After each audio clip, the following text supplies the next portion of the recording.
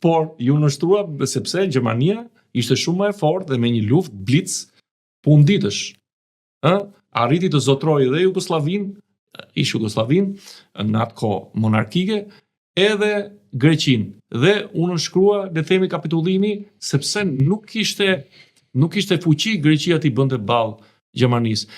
Dhe habia ime në këtë rast është përse nuk thuhet në zë të lartë që Shqipëria thjesht nuk kishte fuqi. Edhe Greqia kundërshtonte Italisë, sikurse Greqia nuk kishte fuqi të kundërshtonte forcën, profesorët e Gjermanisë. Edhe Greqia zgjodhi një qeveri kuislinge. Do dalim dhe aty.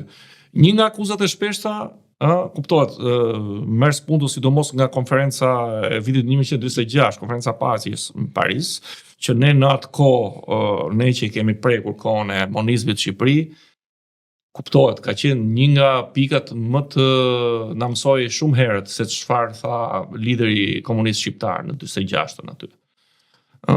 Pas në një seancë që kishën si fare aty. Është puntuar. E mbronte Titoja çështjen e Shqipërisë në atë kohë. Ndërtuar në interes atyre se ishte Bashkimi Sovjetik e tjera, bota s'u kishte dalë. E ka fryrë historiografia komuniste pas Karnilës me shok. Një të vërtet ka aty që Greqia puntonte shumë në faktin që këto janë bashkëpunëtorë të nazizmit, e meritojnë këtë, e meritojnë për të plotësuar synimet e veta që kishte.